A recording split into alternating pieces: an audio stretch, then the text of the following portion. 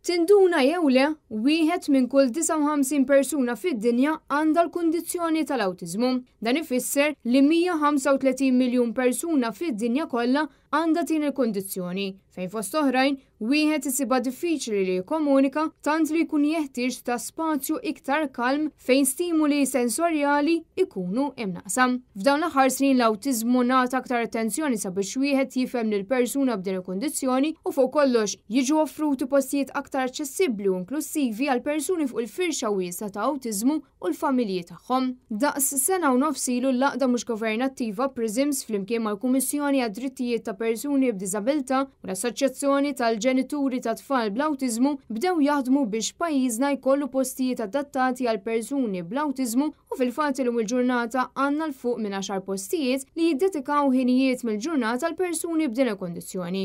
Minn stilisti tax-xahar għal postijiet ta' divertiment u saħansittra stabbilimenti tal-ikel qalbu l-postijiet tagħhom biex jassiguraw li persuni bl-awtiżmu jħossuhom komdi u siguri bħal kull persuna oħra.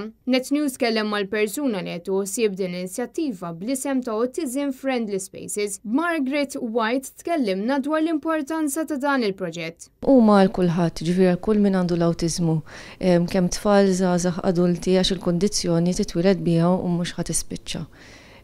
Huwa importanti tal-inqas mill-feedback li rċivejna aħna smajna ħafna stejjers bih ta' nies li marru f'dawn il-postijiet u sabuhom utli għalihom ukoll.